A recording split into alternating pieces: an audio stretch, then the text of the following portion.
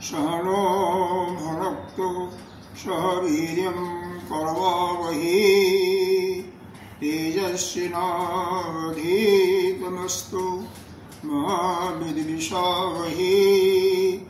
ओम शांति शांति शांति।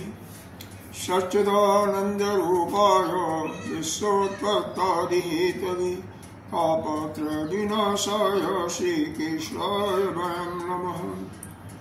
नारायणं नमस्कृत्य नरं चैव नरोत्तमं देवीं सरस्वती व्यासं ततो जयमुदीरयेत्।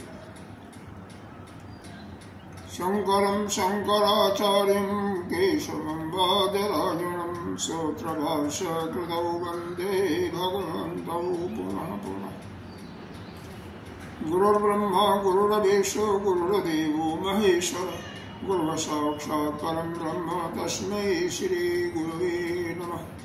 त्वमेव माता च पिता त्वमेव बन्धो च सखा त्वमेव वेदा द्रविणं त्वमेव सर्वं मम देवदेव। गजाननं भूतगणादिसेवितं कपितजम्बूफलचारुभक्षणम् उमासुतं शोकविनाशकारकं नमामि विघ्नेश्वरपादपङ्कजम्। 43 श्लोक से पढ़ती हूँ।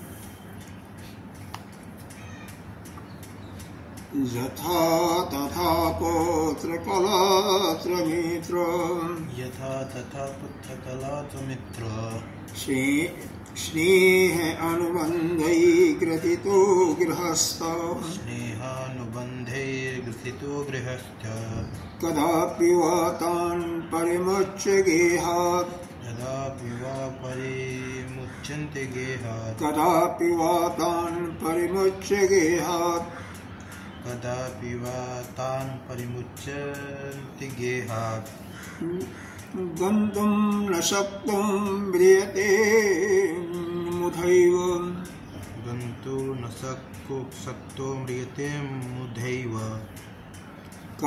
कारागृहे अस्य च को विशेषः कारागृहस्य च को विशेषः प्रदृश्यते साधु विचार्यमाणे मुक्ते प्रतिपत्त्वामिहापि पुंसः मुक्ते प्रतिपत्त्वामिहापि पुंसः कान्ता सुखाभ्यो उत्थितमोहपाशै कान्ता सुखाभ्युत्थितो मोहपाशै कारागृहस्य अस्य च को विशेषः कारागृहस्य च को विशेषः प्रदृश्यते साधु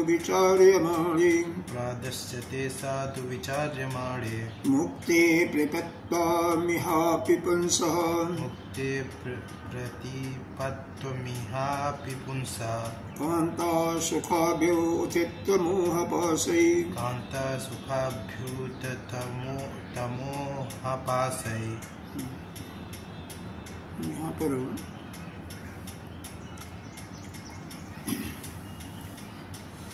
आदि गुरु शंकराचार्य उन्होंने प्रणव करके हम अविद्या से ग्रस्त साधकों के कल्याण के लिए उन्होंने यह प्रकरण ग्रंथ के रूप में सर्व वेदांत सार सिद्धांत को निरूपित किया। इसके अंतर्गत अभी पहले अनुबंध चतुष्टय की बात किया, बाद में साधन चतुष्टय से संपन्न होने के बाद ही कोई इस जीवन के इस संसार रूपी सागर के बंधन से मुक्त हो सकता है। और उसके लिए साधन चतुष्टय के एक एक अंगों पर विशेष विवेचना किया। वही यहाँ पर वैराग्य के विषय में एक छोटे से छोटे जो पाश है यानी बंधन है, उसको लेकर के नाना प्रकार के दृष्टांतों से समझा रहे हैं। पहले अभी 2 दृष्टांत ऊपर दिया, एक कीकड़े का दिया जो कि सरोवर के जल सूख जाने के बाद भी उसी में आलस्य रूप से पड़ा रहता है, अंत में उसका पतन होता है, या तो मछुआरा मार ले जाता है या कोई अन्य जानवर से खा जाता है। दूसरा दिया रेशम का जो कीड़ा है, अपने ही बनाए हुए जाल में बंध जाता है और बाद में जो उस खेत का मालिक होता है उसको कौवे को कुआ कहते हैं, उसको तोड़ करके उबलते हुए तेल के कढ़ाई में मंद आंच में उसको पका करके मार डालता है और रेशम को निकाल देता है। तात्पर्य यह है कि हम जब कभी भी किसी एक स्थान से, एक वस्तु से या किसी काल से, काल, वस्तु और देश से जब हम आसक्त हो जाते हैं तो उस आसक्ति के फलस्वरूप हम सब कुछ अपना नष्ट करके और उस संसार के जकड़न में और बढ़ते चले जाते हैं। यही इसी स्वरूप को यहाँ पर दिखाया गया। एक गृहस्थ जो है अपना जिस प्रकार से, जैसे यह केकड़ा और रेशम का कीड़ा है, उसी प्रकार से गृहस्थ अपना पुत्र, स्त्री, मित्र, इनका जो स्नेह का बंधन है, प्रेम का बंधन है, उसी से वह बहुत गहराई के साथ बंधा हुआ है, मजबूती के साथ वह बंध जाता है। कदापि वातान परमुच्च विहार, और उस बंधन के कारण से वह उस ग्रह को न अशक्को ब्रियेत मधुई है,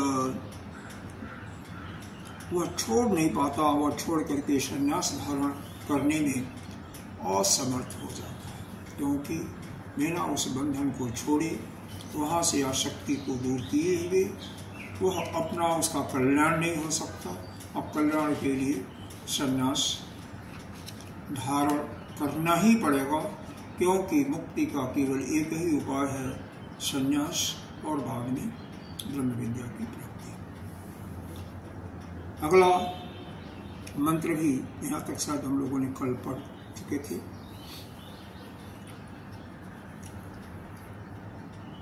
अगला श्लोक में यह बताया जा रहा है कि एक जेल खाना है, कारागृह, उसमें और जो मनुष्य अपने ही बनाए हुए घर द्वार रूपी कारागृह में बंद है, इन दोनों में कोई अंतर नहीं है। क्या कोई विशेषता है? तो कह रहे नहीं, कोई विशेषता नहीं है। अंतर सिर्फ इतना ही है कि कारागृह वह देश की सुरक्षा के लिए किसी सरकार ने बनाया है, और यह गृह जो है अपनी सुरक्षा के लिए यह साधक अपने आप ही बनाया है, और उसी में इस प्रकार से जकड़ जाता है कि वह कारागृह से कम नहीं है। कारागृह में किसी प्रकार की उस घर के बंधन से ज्यादा विशेषता नजर नहीं आती। यही चीज का निरूपण यहाँ पर किया गया है। गृहास्य अस्य च को विशेषता, इस कारागृह में कोई भी विशेषता ऐसी नहीं दिखाई जाती। जहाँ पर विशेषता देखनी है तो किसी का तुलना किया जाता है, तुलनात्मक अध्ययन है। तो तुलनात्मक किससे है? इस गृहस्थ के घर से ही, स्थान से, वस्तु से कर रहे हैं। लेकिन यह जो विचारशील पुरुष हैं, विवेकी पुरुष हैं, साधु पुरुष हैं, उनको क्या प्रदर्शति, उनको क्या दिखाई देता है कि कोई भी कारागृह में कोई विशेष बातें नहीं दिखाई देता है। उनको तो जो कारागृह के बंधन में जैसे हाथ भी जकड़ा हुआ बांध दिया गया, पैर भी बांध दिया गया, उसी प्रकार से मेरा बांधे ही वह स्त्री, पुत्र, पुत्री, घर, नाना प्रकार के पदार्थों में बंधा हुआ है, उससे आसक्त हो जाता है। सबसे निचली वाली लाइन में दिया कि कांता बंधा हुआ किससे है? पत्नी के सुख से। और पत्नी के सुख, पत्नी का सुख आया तो वहां पर पुत्र और पुत्रियां भी आ जाएंगी। अब वो तिक्त मोह पासई, उनके मोह में इस प्रकार से बंधा हुआ है कि वहां से उठना उसका मुश्किल हो जाता। उतिथ न उतिथ, वहां से वह उठ नहीं सकता, बड़ा मुश्किल होता है। सर्वदा सदा ही वहां पर वो बाधा क्या आती है? प्रिपत्त, मतलब उसके प्रतिकूलता, मोह के कारण ही पुरुष को लेकर आती है। वह पुरुष मुक्ति के प्रतिकूल चलता है, मतलब आया तो है इस पुरुष के जोनी में, मनुष्य के जोनी में मुक्त होने के लिए, लेकिन जो मुक्ति का रास्ता है उसके बिल्कुल उल्टे मार्ग पर वह चला जाता है। क्यों चला जाता है? केवल आसक्तिवश। आसक्ति किस चीज का है? घर, स्त्री, पुरुष, स्त्री, पुरुष भी आएगा, स्त्री के लिए पुरुष आएगा, पुरुष के लिए स्त्री आ गया, पुत्र, पुत्री, मित्र या अन्य उस जो सुविधाजनक, जो भोग जनित वस्तु हैं, उनके बंधन में वह इतना फंस जाता है कि वह उसका निकलना मुश्किल होता है। यानी मुक्ति की बिल्कुल विपरीत, यानी मुक्ति तो मिल नहीं सकती और उल्टा ही इस संसार के बंधन में फंस जाता है। दूसरे शब्दों में कह सकते हैं, वह बंधन बिना रस्सी के, रस्सी तो है नहीं, लेकिन बिना रस्सी का जो वह बंधा हुआ है उससे छूटना बड़ा मुश्किल होता है। रस्सी का बंधन तो फिर भी छूट जाता है, लेकिन यहाँ पर बंधन की रस्सी जो है वह सुख की रस्सी है, सुख का बंधन है, प्रेम का बंधन है, उसको छोड़ना मुश्किल हो जाता है। कहीं भी कोई ले ले, भारी नहीं, हम तो कहते हर एक के लिए है यह। हाँ, गृहस्थ के लिए ज्यादा इसलिए कहा गया कि वह अपना धंधा जो भी काम करते हैं, परिवार के भी परिवार बढ़ते जाते हैं, कुछ छोड़ना उनके लिए, जैसे सूद का दर, सूद का ब्याज का भी ब्याज निकालते हैं शेषकार लोग, उसी प्रकार से उसको निकालने में, उसको चुकाने में वो फंसे होते हैं। कल मैंने एक 70 साल नहीं तो 65 से ऊपर के रहे होंगे, और संडे को लोग आते हैं, उनसे बात किया, भाई आप तो रिटायर हो गए होंगे, आपकी अवस्था तो ऐसी लगती है कि 60 से 65 से ऊपर होंगे। कहते हाँ, तो फिर क्यों नहीं आप आते? दिखाई नहीं देते? आज संडे को दिखाई देते हैं। कहते हैं क्या करूँ, धंधा पानी, बिजनेस ऐसा है कि उसमें फंसे निकल नहीं सकते, ऐसा बांध दिया गया है। वो प्रेम का बंधन है। प्रेम का बंधन नहीं, खुद के जाल में खुद ही फंस गए।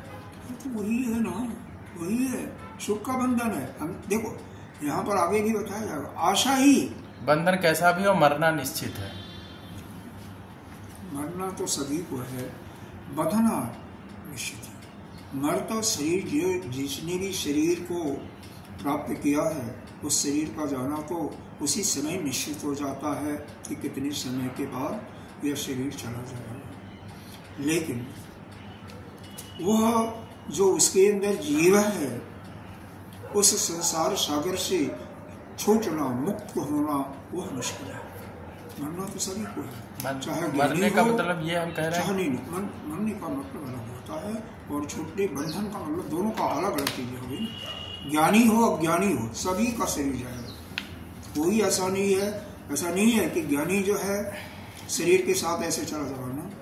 विश्वामित्र एक दृष्टांत है कि विश्वामित्र किसी आपके अयोध्या के ही एक राजा को शतरथवान का क्या नाम था, भेजना चाहा उन्होंने स्वर्ग जाने के लिए इच्छा की, लेकिन त्रिशंकु के रूप में उल्टा ही लटक दिया गया, तो कोई जा नहीं सकता।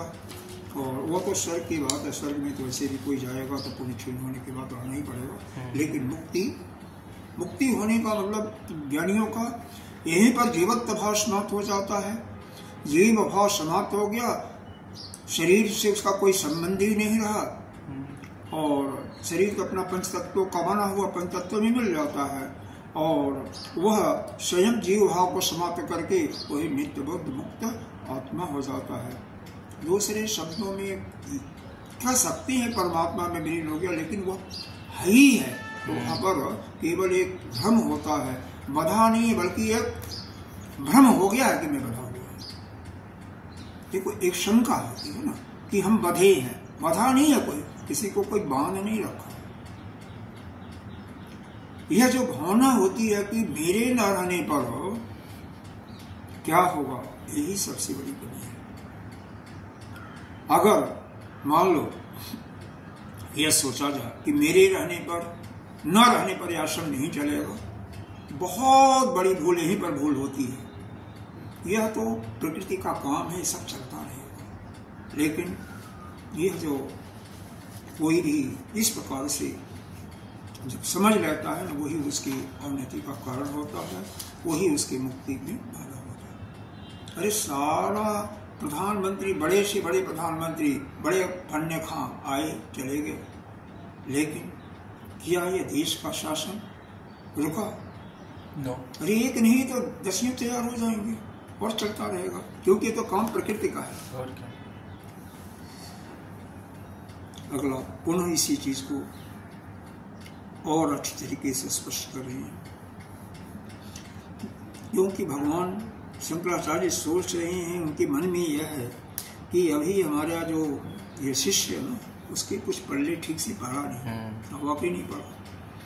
गृह अस्पृहा पाद निवेद्य श्रृंखला, गृह स्प्रिया पाद निष्प्रिय श्रृंखला, गृह अस्पृहा पाद निबद्ध श्रृंखला, गृह स्प्रिया पाद निबद्ध श्रृंखला, कांता सुतासा पटुकंठपासः, कांता सुतासा पटुकंठपासः, शीर्षे पददभूर शनिः साक्षात्, शीर्षे भूर शनिः साक्षात्, प्राणन्त हेतु प्रबल धनश्च, प्राणन्त हेतु प्रबला धनाश्च। देखो वो वहाँ पर उसमें तो उतना नहीं क्लियर किया, अब यहाँ पर और स्पष्ट कर रहे हैं। गृह अस्पृहा, गृह स्प्रिया, स्पृहा का मतलब घर से जो चिपक गया है। हाँ हाँ समझ रहे। पाद निबद्ध, निबद्ध, निबद्ध माने बांध दिया गया, उसका पैर में बांधा दिया गया, जैसे कारागार में बांधते हैं ना, वैसे उसका पैर बंध गया है। कैसे, किससे बना हुआ है? कांता स्त्री, सुत पुत्र पुत्री इत्यादि, और पटुकंठ पास, यह जितने भी अपने हितैषी लोग हैं, अपने खास मित्र जिसको हम कहते हैं कि हमारा है, ये सभी लोग कहते हैं कहीं न कहीं ये हमारा है, ये मेरे लिए ही है, मेरे लिए सब कुछ करता है, ये मेरा अपना है। चाहे उसको पत्नी के रूप में दिया, पुत्र के रूप में दिया, मित्र के रूप में दिया, शिष्य के रूप में दिया, किसी रूप में ही दिया, तो वास्तव में वही बंधन है। ऐसे कि पटुकंठ पासा, वह कंठ को यानी गला में वह जैसे फांसी लगाई जाती है, उसी प्रकार से वह जजिए से बांध दिया गया है। गृह अस्पृहा पाद निबंध का, क्योंकि स्त्री के समागम से यहाँ पर स्त्री पर चोट ज्यादा ली गई है। जो सुख की लालसा रूप होती है, उस आशा को वो नहीं छोड़ पाता। आगे इसको और स्पष्ट करेंगे भाष्यकार।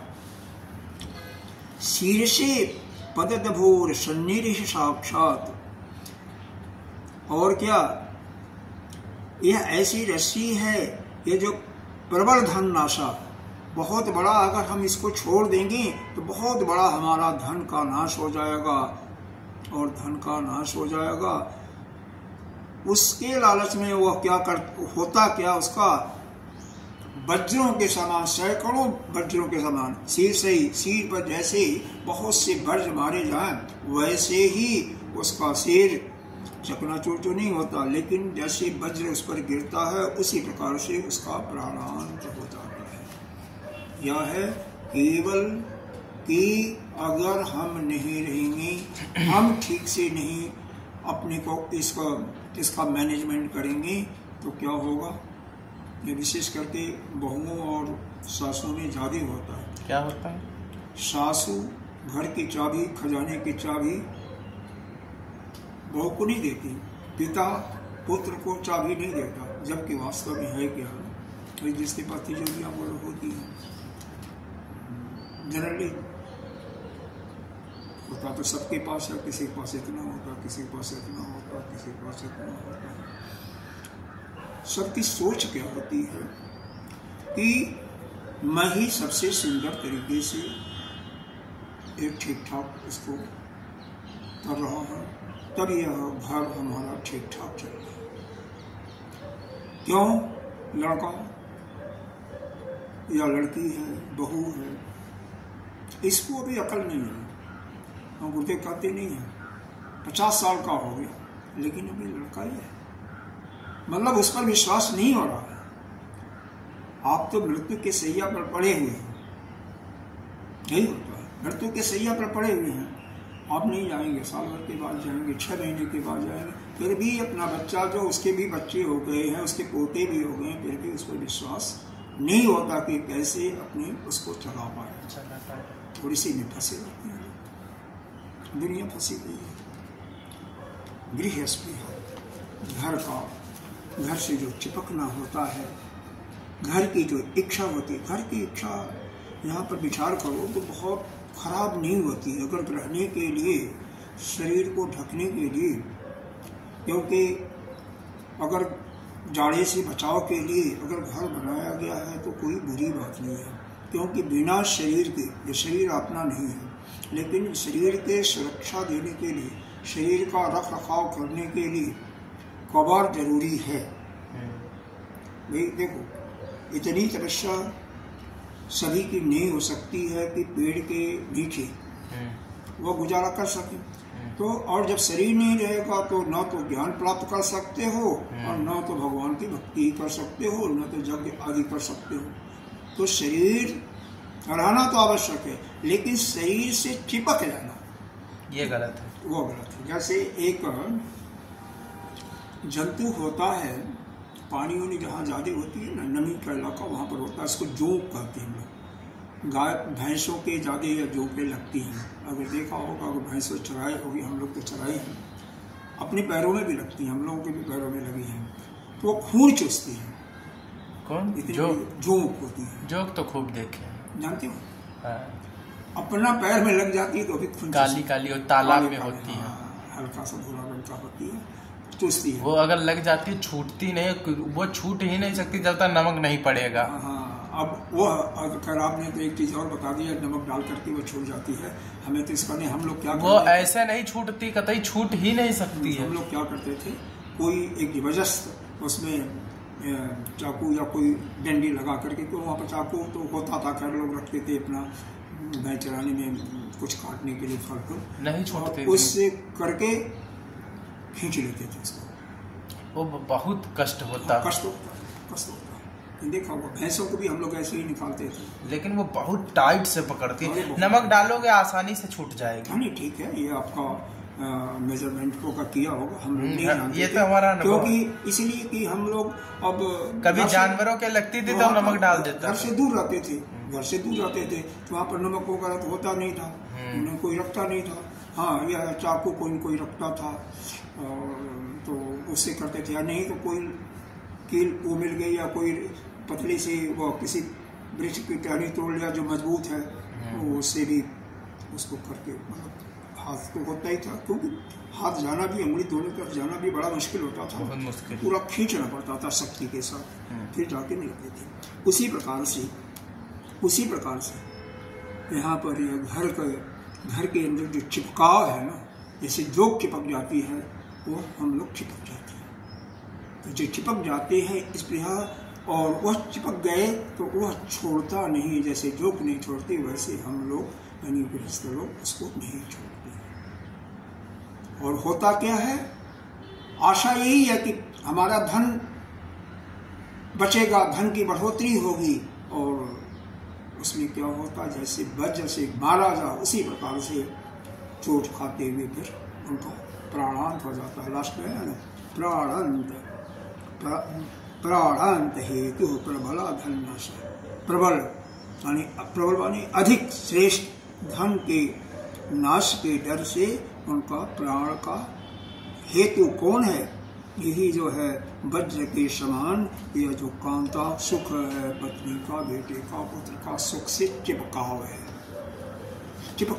भज गोविंदम में भी है कि श्लोक कासे कांता कस्ते पुत्र। हाँ, काते कांता काते पुत्र, काते कांता कस्ते पुत्र, कस्ते पुत्र। ये तो पूरा भगवान भाष्यकार ने देखो, अगर कोई भी जैसे भी है, जैसे भगवान वेद व्यास जी ने पुराण को भी लिखा, सारे पुराणों को लिखने वाले वही है ना, 18 पुराण। उन्होंने ही पातंजलि के योग दर्शन का भी भाष्य लिखा है, उन्होंने ही वेद का संकलन भी किया, संकलन किया मतलब लिखने वाले। महाभारत को भी उन्होंने ही, उन्हीं के माध्यम से गणेश जी ने लिखा था।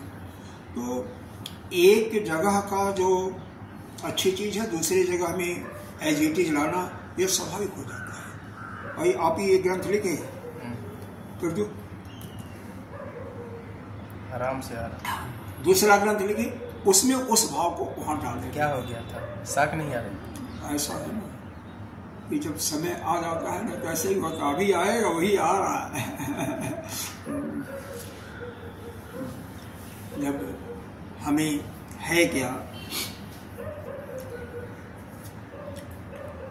एक बंधन यहाँ पर स्पष्ट कर दिया गया है। एक बंधन तो कारागृह में सुरक्षा की दृष्टि से आपके कारण से कोई अन्य नुकसान न हो, आपने या कोई ऐसा गलत कार्य किया जिसके कारण से आपका पैर और हाथ में हथकड़ी लगा करके जेल में डाल दिया गया, ठीक।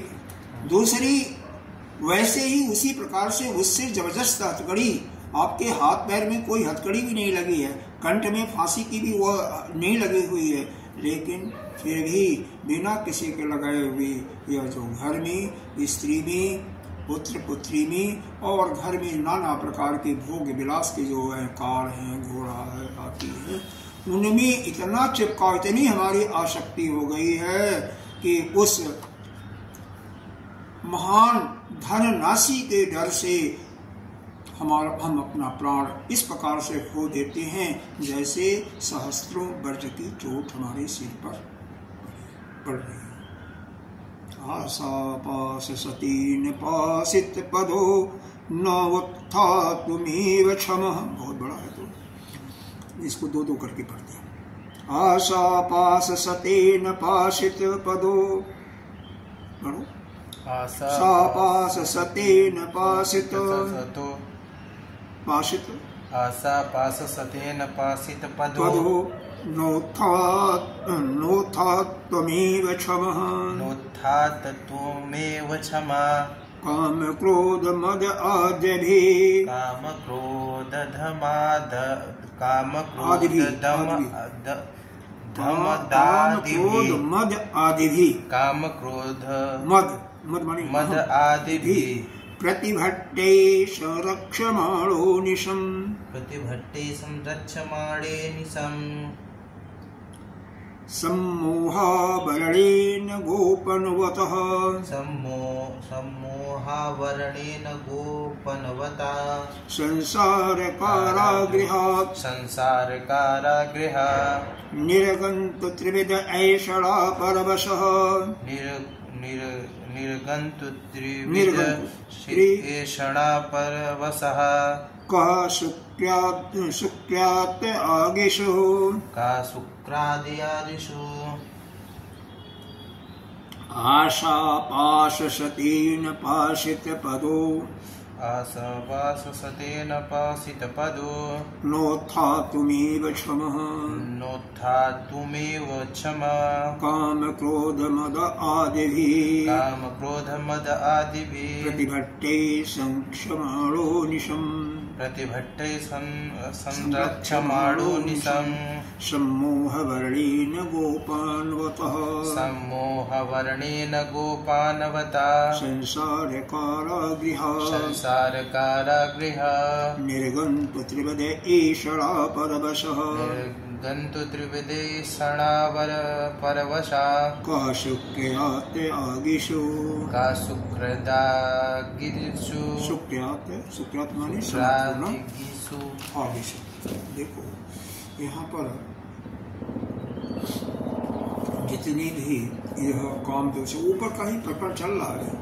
अभी संसार का जो कारागार, घर का कारागार है ना, उसी का वर्णन चल रहा है। उससे अभी हम अलग नहीं हो पाए और उसमें अभी बहुत कुछ है, इसमें पढ़ने के बाद ही समझ में आएगा। आशा पास सतीन मतलब यह जो हमारी आशाएं हैं ना, जैसे एक बताया गया है कि आशा परमम दुखम निराशा परमम सुख। आशा ही परम दुख का कारण है और निराशा ही परम सुख का कारण है। तो आशा रूपी रस्सी सतेन माने सैकड़ों। मनुष्य की इस संसार में एक ही इच्छा नहीं होती है ना, सैकड़ों इच्छाएं होती हैं।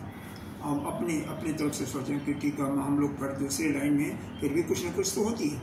तो इस प्रकार से सैकड़ों आशा रूपी जो आश है उससे जो हम बधे हुए हैं, पाशित अच्छी तरह से बधे हुए हैं। कहाँ पर आशा बधे हुए हैं? पदों में, पैरों में। पद माने पैर। तो पैर में हमारे जिस प्रकार से नाना सैकड़ों प्रकार की आशा की रस्सियों से हम जकड़े हुए हैं। नत उत्थामेव नच, यहाँ पर उत्थातुम एव न क्षमा, न जो है ना पहले वाला अन्वय करोगे तो क्षमा के साथ आ जाएगा। तो उसमें उठना, क्षमा माने यहाँ पर क्षमा करना नहीं है, मतलब सक्षम नहीं है, मतलब उठने में वो सक्षम नहीं होने देता, यानी उठने में असमर्थ हो जाता है। आशा रूपी यह जो सैकड़ों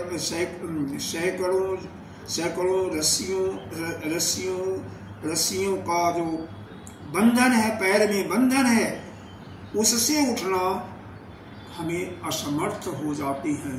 यानी कोई भी साधक ये जो आशा रूपी सैकड़ों जो रस्सियां हैं, दीक्षाएं हैं, उनके द्वारा जो उनके पैरों में या हथकड़ी लगी हुई है, बंधन लगा हुआ है, उससे वो उठ पाने में असमर्थ हो जाते हैं।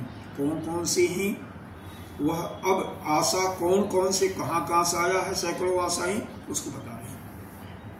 वह सैकड़ों आशाएं कहाँ से आई? काम क्रोध मद आदि भी प्रतिभट्टे कहते हैं दीवार खड़ा हो जाता है। सबसे बड़ा क्या है?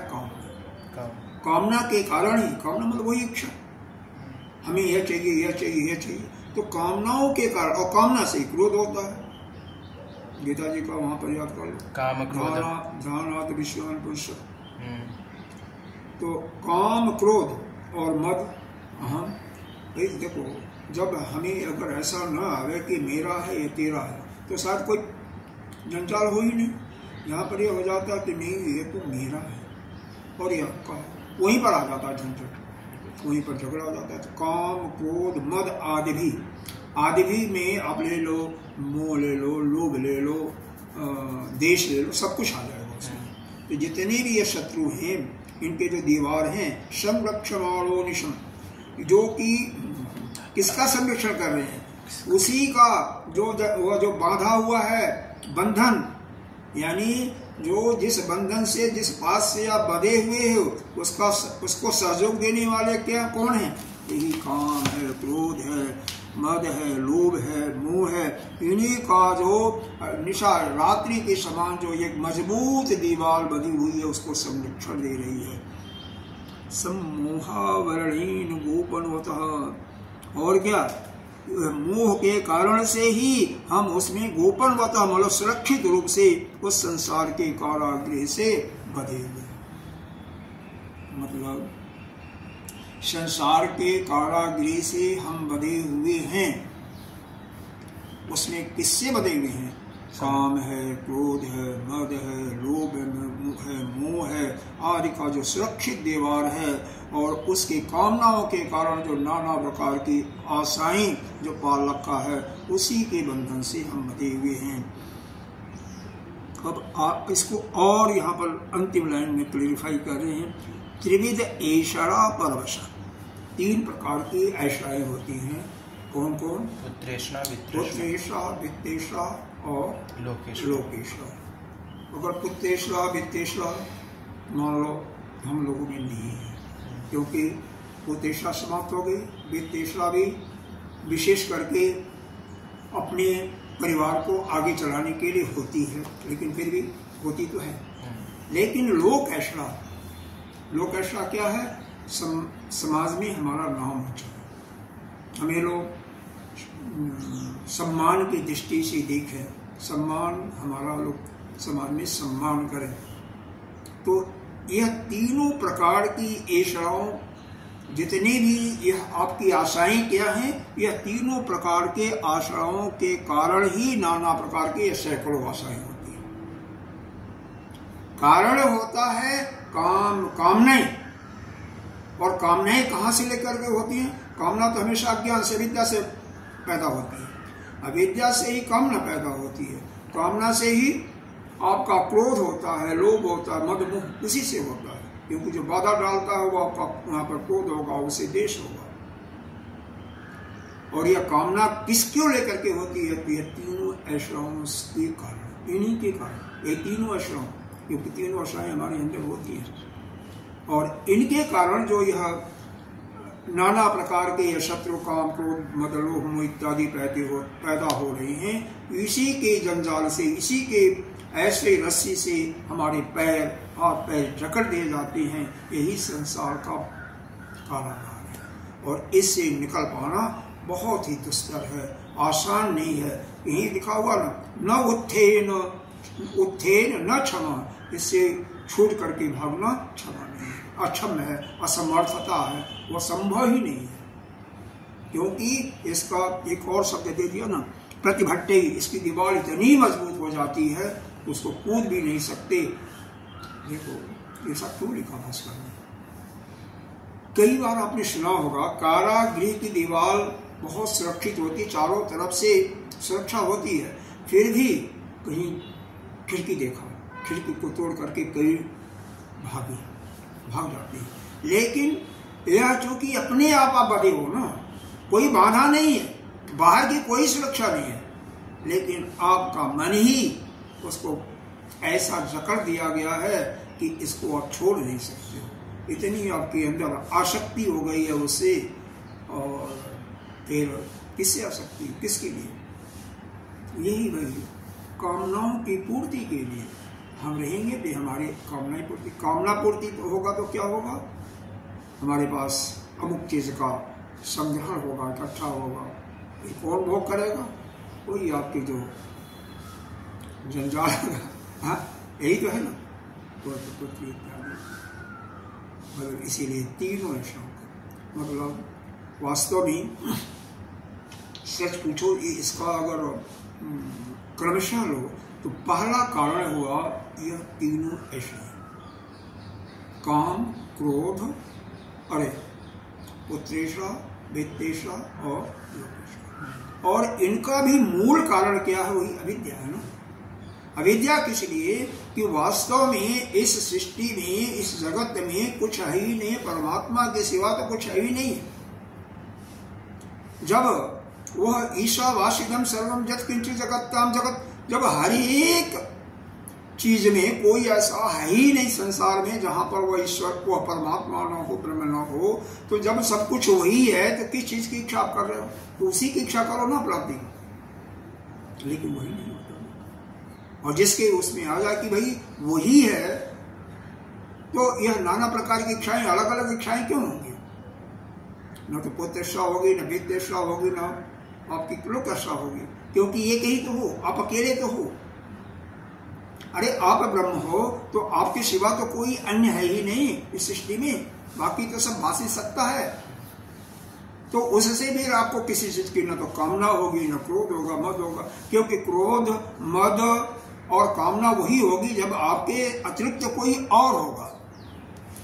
अगर यह ज्ञान रूप से अच्छी तरह से आपका अंदर हृदय में, अंतःकरण में यह सिद्ध हो गया, पक्का हो गया, मजबूत हो गया कि हमारे अतिरिक्त कोई और ही नहीं है, कोई नहीं है, तो किसकी इच्छा, किसको प्राप्त करने की इच्छा, कहाँ क्रोध, कहाँ किस पर क्रोध होगा, किसका लोभ होगा, किसका मोह होगा, क्योंकि आप तो अकेले हो, आपके सिवा तो कोई है ही नहीं है। तो ऐसी अगर भावना आ जाती है तो वहां पर ये जितनी भी ऐशराएं हैं और उन आश्राओं के कारण जो हमारे सैकड़ों कामनाएं आती हैं, और वह सैकड़ों कामनाएं जो काम क्रोध मद लोभ रूप के में हमें बांध रखी हैं, वह सब अपने आप ही टूट जाती है। और जब तक वह ज्ञान का पर्दा या नेत्र का पर्दा नहीं खुलता, तब तक हम उसी में जकड़े रहते हैं, और उससे उठ पाना बहुत ही मुश्किल है, असंभव सा है। असंभव तो नहीं कहा जा सकता, लेकिन बहुत ही मुश्किल है, अशक्य है।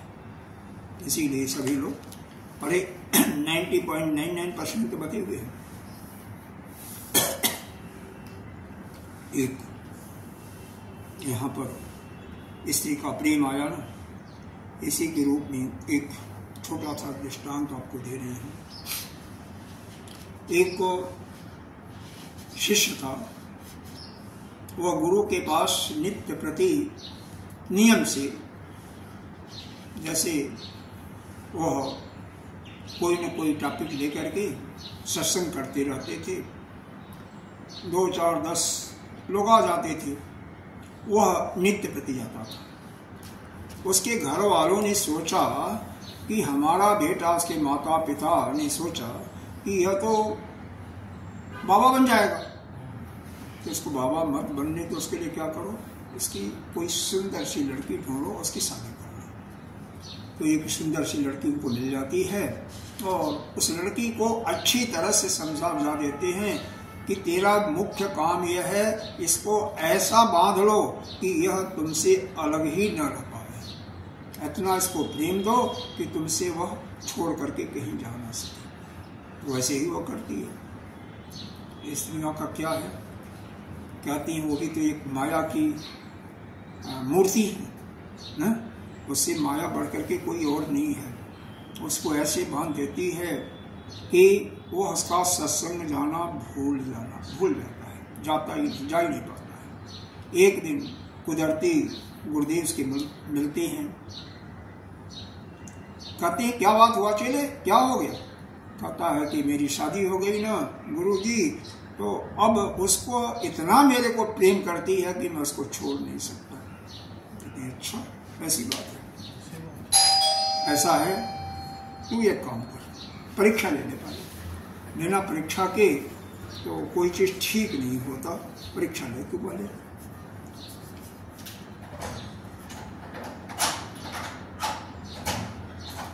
तो परीक्षा लेने के लिए ठीक है, परीक्षा लेने को कैसे परीक्षा लें, तो उसको पहले शिक्षा देते हैं कि प्राण को किस प्रकार से मूर्धा में करके स्थिर हो जाना। प्राण को यहाँ पर कर लो, सांस रुक गई और आप ऐसा मालूम होगा कि आप जिंदा होते हुए मरे। कल ऐसा करा, उसको सिखा पढ़ा दिया कि कल ला करके बढ़िया सा खीर बनवाओ और फिर यह नाटक कर लेना और यह क्रिया करके अपने प्राण को मूर्धा में करके और शोर बचा देना कि वो अपने आप ही लोग कहेंगे मर गए भले चिल्लाना कि हमें दर्द हो रहा, यह हो रहा। ऐसे उसने सुबह होते ही अपने प्रिय जो उसकी प्रेमिका थी, पत्नी थी, उससे कहा कि आज बढ़िया सा खीर बनाओ, मेरा खीर खाने का मन कर। जैसे ही खीर तैयार होने वाला हुआ, वो चिल्लाने लगा, अरे मेरे पेट में बहुत तगड़ा दर्द हो रहा, बहुत तगड़ा दर्द हो गया, खाट पर पड़ा हुआ, अरे मैं तो मरा मरा मरा मरा। और करके 1 आध मिनट के बाद अपने प्राण को यहाँ कर लिया। अब वह दौड़ती हुई जब आती है, देखती है इनका हाथ पैर सब ठंडा, कुछ है ही नहीं है, सांस चल ही नहीं रहा है, अरे मर गई। पिता और सास सासू को बुलाती है, सभी लोग देख करके मोहल्ले वाले इकट्ठा हो जाते हैं। ये हो गया तो मर गया भाई, चलो ठीक है, अब तो कुछ हो नहीं सकता। फिर उसका पिता कहता है अरे इनके गुरुदेव को तो बुलाओ, हो सकता है वह जिंदा कर दें। तो एक नौकर को भेजते हैं गुरुदेव को बुलाने के लिए। गुरुदेव आते हैं, कहते हैं हाँ मेरे पास दवा तो है, मैं इसको जिंदा कर सकता हूँ, लेकिन ऐसा है एक छोटी सी पुड़िया है, सुनो जरा ध्यान से, बड़ा मजेदार। इस पुड़िया को जो खाएगा पहले वो मर जाएगा और उसी का प्राण उसमें आ जाएगा। तो भाई जान तो एक चाहिए, बताओ कौन तैयार है? यह दवा है, यह रखा हुआ है, जो खा ले वही चला जाएगा, वो मर जाएगा, इसके प्राण इसमें आ जाएंगे। ठीक है, किसी की हिम्मत नहीं होती है, न पिता खाता है न माता खाता है, और न पत्नी खाती है, और कौन खाएगा? यहाँ पर छांदे को प्रश्न में आया, आत्मस्थ काम विराट को प्रश्न में, आत्मस्थ कामना सर्वम, किचन खोल करके उस साइड में भी सफाई कर देना अच्छे से। अपने आत्मा के अपने कामना के लिए, अपने ही स्वार्थ बस मनुष्य दूसरों से प्रेम करता है। आत्मनस्थ कामनाएं सर्वम प्रिय होती, सभी प्रिय होती हैं केवल अपनी इच्छा पूर्ति के लिए। फिर पत्नी सोच समझ के कहती है, होशियार थी, कि गुरुदेव आपका यह शिष्य था तो आप ही खा लीजिए ना। आप खा लीजिए। तो गुरुदेव ने कहा ठीक है मैं खा लेता हूं, लेकिन मैं भी मर जाऊंगा तो कोई बात नहीं, अगर मैं नहीं मरा तो यह बालक मेरे पास रहेगा, यह तुम्हारा आज के डेट से यह खत्म, खाते ही जिंदा तो हो जाएगा। नारायण नारायण नारायण नारायण नारायण नारायण नारायण नारायण नारायण नारायण नारायण, थोड़ी देर में बात करें। नारायण नारायण नारायण नारायण। अगर जिंदा, यह तो जिंदा हो जाएगा, मैं भी अगर बच गया, क्योंकि हमारे पास और भी विद्याएं आती हैं ना, तो यह फिर मेरा ही शिष्य रहेगा, यह यहाँ से हमारे साथ ही चला जाएगा। ठीक है, सब लोग मान गए, ठीक है। वो नाटक तो सब चल ही रहा था गुरुदेव का, उन्होंने खाया, उससे कुछ हो रहा तो था नहीं, जिंदा हो गए। वो तो जिंदा थे, वो भी अपना नाटक छोड़ दिया, वो भी जिंदा हो गए, प्राण को ला दिया, वो भी जिंदा हो गया। अब उसके बाद कहते शिष्य चलो हमारे साथ चलो, वो तैयार हो जाता जाने को, क्योंकि सत्य को तो सुन ही रहा था। फिर पत्नी रोने लगती है, अरे गुरुदेव इसको मत ले जाओ, हमारा क्या होगा? तो गुरुदेव ने कहा ठीक है, इसी से पूछ लो, अगर यह रहना चाहता है तो यहाँ रहे, हमारे साथ चलना चाहता तो हमारे साथ चलो। फिर शिष्य कहता कि नहीं, मैं यहाँ पर अब नहीं रहने वाला हूँ, मैंने सबको देख लिया, किसका प्रेम मेरे पास मेरे लिए कितना है, सभी अपने लिए ही प्रेम करते हैं। और वह शिष्य गुरुदेव के साथ चल जाता है, सब छोड़ छाड़ करके, और वो भी संन्यास ले लेता है। तो तात्पर्य यह है कि इस संसार में हम केवल एक माया के वशीभूत होकर के, अविद्या के ही वशीभूत होकर के, यह तीनों प्रकार के ऐशाओं से सैकड़ों कामनाओं के बंधन में बंध जाते हैं, और उस कामनाओं के बंधन से हमारा पुनः निकलना, उस बंधन को तोड़ना, बंधन की जो मजबूत दीवार होती है उसको तोड़ना में हम अपने को असमर्थ पाते हैं। और यह कब हो सकता है? जब यह हमारे अंदर की जो अविद्या है, हालांकि यह शब्द लिखा नहीं हुआ है, मैं और कहीं से लगा रहा हूँ, इस अविद्या के जंजाल को, अविद्या हमारे अंदर से दूर हो जाती है, यानी ज्ञान का प्रस्फुटन हमारे अंतःकरण में हो जाता है, बिना उनके यह संभव नहीं होता, बहुत मुश्किल होता है। देखा कितना बढ़िया लिखा था, कितना सुंदर लिखा। अरे एक एक अक्षर जो है ना विचार करने योग्य, बहुत बढ़िया। अगला श्लोक इससे भी भगवान है। इसी को भी भगवान को भी संतुष्टि नहीं हो रही है शंकराचार्य जी को, ये भी शिष्य हमारा शायद नहीं समझा। कामांधकारेण निरोध दृष्टि, कामांधकारे निरुद्ध दृष्टि, मुहैति सप्त पलाश रूपे, मोहेति सप्त पलाश रूपे, नहि अंध दृष्टि रसतः सतो वा, नहि अंध दृष्टि रसतः सतो वा, सुखत दुखत विचारास्ति, सुखस्य दुःखस्य विचार्यास्ति। देखो यहाँ पर काम रूपी जो अंधकार है ना, निरुद्ध दृष्टि, यह कामनाएं जो है हमारी, यह हमारे दृष्टि को बंद कर देती है। अब कैसे इसका दृष्टांत देखो, लो अगर जुआ जुआती हम, तो यह काम में जिस समय वह इतना अंधे हो जाते हैं, उनको अपने आगे किसी को कोई दिखाई ही नहीं देता है। और उसका प्रत्यक्ष रूप देखना हो ना, मामले में तो हर जगह दिखाई दे देगा, मामले में पर वैसे भी आप इसको कहीं भी आजकल तो देखने में तो कोई मुश्किल नहीं है, देख सकते हैं। लेकिन यह काम ऐसी चीज ही है, किसी भी चीज की कामना हो, यहाँ तो स्त्री पुरुष की बात की गई, लेकिन अगर मान लो कोई इतना, यह काम केवल स्त्री पुरुष का भोग नहीं, किसी भी चीज की इच्छा प्राप्त करनी, किसी भी चीज का सुख। मान लो किसी के अंदर इतनी तीव्र इच्छा हो गई, नहीं हमें तो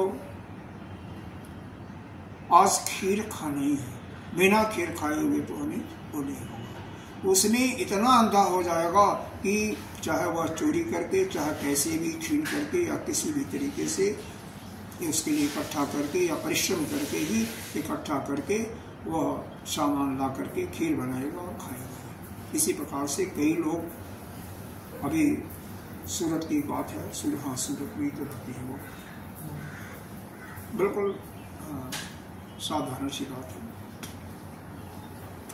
कामना आई, अमुक कार्य करना है, तो अमुक कार्य करना ही है, तो उन्होंने किया नहीं। गाड़ी खरीदनी है तो गाड़ी खरीदा, यही गाड़ी चाहिए, यही गाड़ी चाहिए।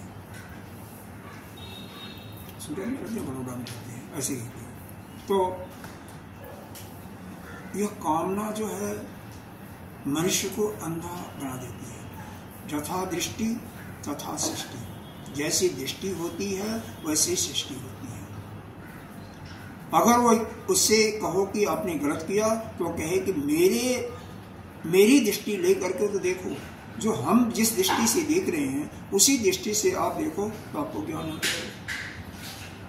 कि मैं गलत नहीं हूं, हालांकि गलत तो ही है।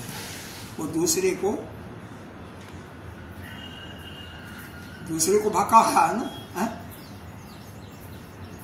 अरे ऐसे लोग गुरुदेव को भी कहते हैं, आप मेरी दृष्टि से तो देखो, हमने कुछ नहीं गलत किया, यह नहीं वो नहीं, यह नहीं वो नहीं, बस ऐसे लोग करते हैं।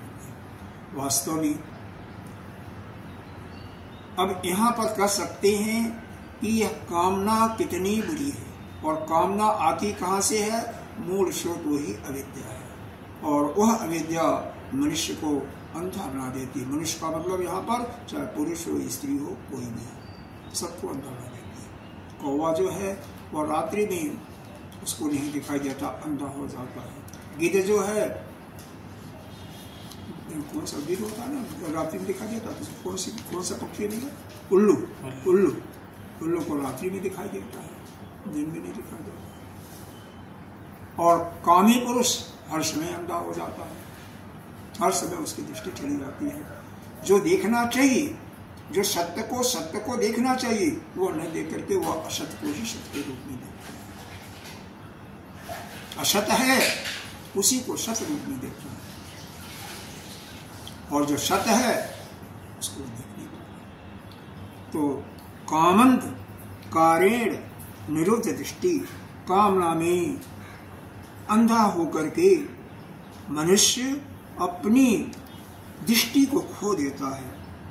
यहाँ पर दृष्टि खोने का मतलब आंख नहीं जाती है, रहते हुए दृष्टि है, लेकिन जो कार्य हम नहीं करना चाहिए वह कार्य हम आंखों पर पर्दा डाल करके करने में जरा सा भी हमें हिचकिचाहट नहीं होती है। कामना का मतलब यहाँ पर यह है। और यह कैसे होता है? मोहित सत्य पलाश रूपे। पलाश रूपे मतलब स्त्री के विषय में मोह को प्राप्त करके वो उसमें मोहित हो जाता है। तो यहाँ स्त्री को ही मत लीजिए, बल्कि किसी भी कामना के लिए उसमें मोहित होकर के वह हो जाता है। न अन्य दृष्टि, अंधी दृष्टि वाले को असत्य जो वस्तु होती है, वस्तु असत्य, वास्तव में वस्तु है नहीं, लेकिन उसी में सत्य बुद्धि का उसको कल्पना होती है। असत्य वस्तु को सत्य बुद्धि समझ करके और उसकी तरफ वह मोहित हो जाता है। सुखत्व दुखत्व विचारण वास्ते। इसीलिए क्या चाहिए? जिसके अंदर विवेक बुद्धि ही नहीं है, यानी जो अज्ञानी है वह किस वस्तु में उसको सुख प्राप्त होगा, किस वस्तु में दुख प्राप्त होगा, इसका जजमेंट करने का, इसका निर्णय करने का उसके पास वह विचार करने की बुद्धि ही नहीं है। वही व्यक्ति, वही पुरुष काम के मद में अंधा हो करके जो नहीं करना चाहिए वह कर बैठता है, और वह कहता है कि मैंने जो कुछ किया वह सब सत्य है, सब वही अच्छा है, वही श्रेष्ठ है। और